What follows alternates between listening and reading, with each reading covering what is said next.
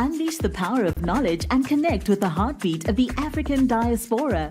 Download our African Diaspora News Channel app now on Google Play and Apple App Store. Stay informed with authentic and diverse perspectives, breaking news, and cultural insights. Immerse yourself in a community that celebrates unity, resilience, and progress. Experience the vibrancy of the diaspora at your fingertips. Don't miss out. Empower your perspective today. Search African Diaspora News Channel and join the conversation. Hey everyone, Rosemarie Havsom back again to help you take full control of your life by what you choose to put at the end of your fork. So let's get into it. What is food? I mean, I ask this question so often, and it's very interesting to see the kind of answers that we get. Now, have you ever asked a person who is a politician about what their definition of food is, you get some very interesting answers. But I have this to say, and it's based on this clip that we'll see in a minute, is the question is, what is food? And especially in your grocery store. Good question. If your grocery store has a health food aisle, then what is the rest of the stuff in the store called? Now, I always tell people that as a certified holistic nutritionist, I always say, if you're going to the store, do yourself a favor and go around the perimeter of the grocery store first. Get your fruits and vegetables and fresh foods in first, okay? And then go to the meat aisle. If you eat meat, go there. Your grocery store has a health food section. What does that make the rest of the store?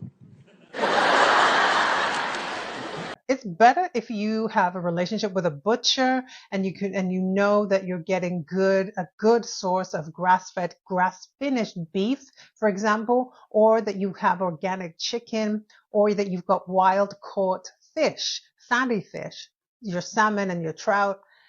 These foods are very important for your health.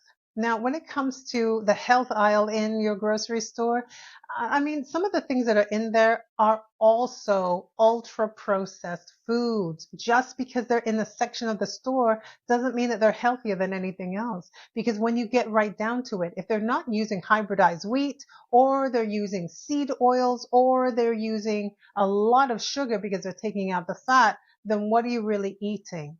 You need to look at the so-called natural flavors, because those are a code for anything but natural. We still have to look at different colors and colorings that they put in there, artificial colors and artificial flavors. Keep in mind, isn't it interesting that when you go there, that nothing is actually growing? Everything's already been harvested and is there. So there's nothing that's alive anymore, unless you're going into the organic section and eating organic fruits and vegetables. So recently I was shopping and I saw this health food section in the grocery store. And I thought to myself for a second, gosh, if this is the health food aisle, then what does that say about the rest of the food in the store? How is it that healthy food has become a little fringe aisle? And I'm glad it's there, but my goodness, what would happen if we made healthy food the basis of our stores? What if junk food, processed foods, were a fringe thing on the side and healthy food was the center of the store? Because the truth is that the toxic food that we take as normal is fueling massive rates of diabetes, heart disease, cancer, Alzheimer's, and so many people feeling like crap. And now that we know this, isn't it time to make healthy food the centerpiece, the norm, the basis of our healthy lives? If you cannot eat organic fruits and vegetables, then try to at least get things that are not giant-sized apples or giant-sized watermelon or seedless watermelon. Find fruits that have seeds in them. It may be inconvenient, but it is for your best health. Vegetables, find things that are not covered in that yucky, waxy coating that is to preserve them and to make them look shiny and pretty.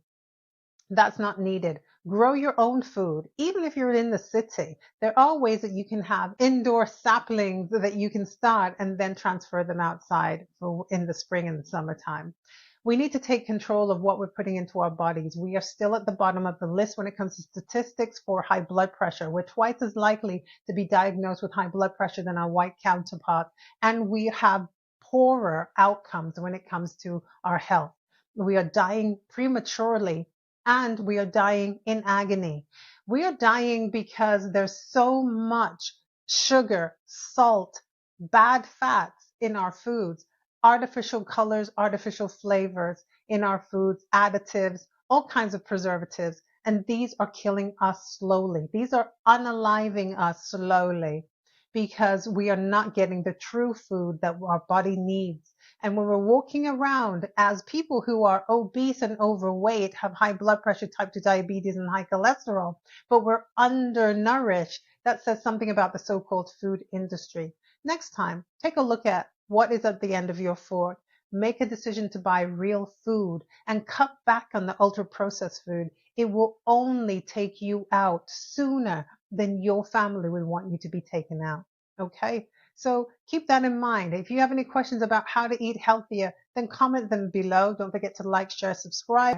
And also remember, I have a YouTube channel, and that is Havsom. It's spelled H-A-V for Victor, S-O-M for mother, and we'll continue the conversation there. To your good health, I'm Rosemarie Havsom. Have a good one. Bye.